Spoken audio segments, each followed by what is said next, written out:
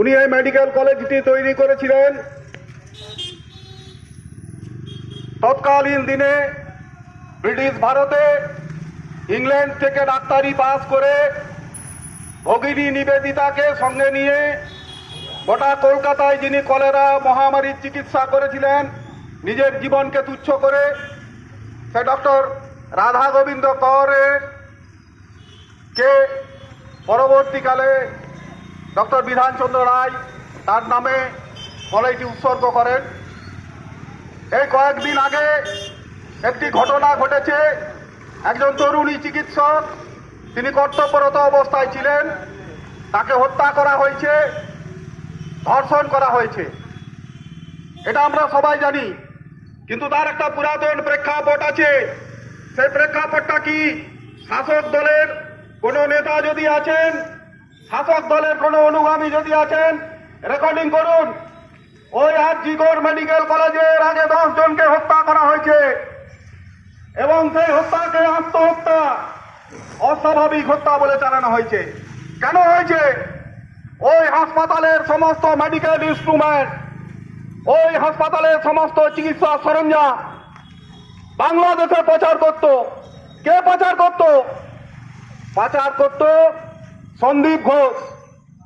কে সন্দীপ ঘোষ? 2000, আমরা এটা কোনো রাজনৈতিক কার্যক্রম নয়, কিন্তু আমরা রাজনীতি বিচ্ছিন্ন ঘটনা কিছুই নয়। 2021 সালে যিনি মুখ্যমন্ত্রীর ব্যান্ডেজ বেঁধে দিয়েছিলেন, সেই ব্যান্ডেজটা কি ব্যান্ডেজ আপনারা বিচার করবেন। এই সন্দীপ ঘোষ এখানে যে বডিগুলো মর্গে থাকতো, এই বডিগুলো বিভিন্ন বেসরকারি মেডিকেল কলেজকে বেআইনি ভাবে বিক্রি করতো সন্দীপ ঘোষ। আর কি করত? ওখানে মেডিকেলের যারা ছাত্রছাত্রী, তাদের পাস করার বেশি নাম্বার পাওয়া, কম নাম্বার পাওয়া, এটা নির্ভর করত কে কত টাকা দিতে পারবে। আজকে যে তরুণী চিকিৎসক হত্যা হয়েছেন, উনি ছিলেন খুবই মেধাবী। উনি এই ঘটনার প্রতিবাদ করেছিলেন। ওই জন্য কিছু লোক লাগিয়ে দেওয়া হয়েছিল পিছনে, যারা বন্ধু সেজেছিল। এই তরুণী চিকিৎসককে শুধুমাত্র মেধাবী হওয়ার অপরাধে এবং ওই সন্দীপ ঘোষের কাছে আত্মসমর্পণ না করার অপরাধে তাকে ব্যস্ততম একটি মেডিকেল কলেজ, জি কর মেডিকেল কলেজ, এই মেডিকেল কলেজে খুন করা হয়, ধর্ষণ করা হয়। আর যে জায়গাতে ধর্ষণ করা হয়, যে জায়গাতে হত্যা করা হয়, তারপরের দিনই বুলডোজার দিয়ে সে দেওয়ালটাকে ভেঙে দেওয়া হয়।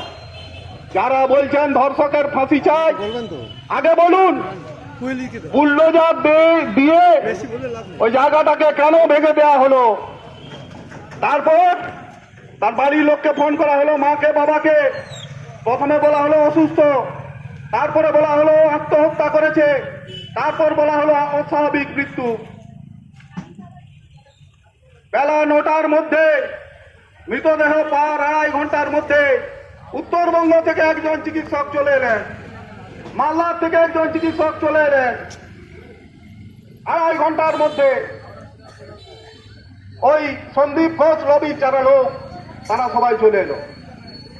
আমরা ভুল কথা বলছি, আমরা মিথ্যা কথা বলছি। মুখ্যমন্ত্রী দলের প্রাক্তন সাংসদ তিনি কি বলছেন?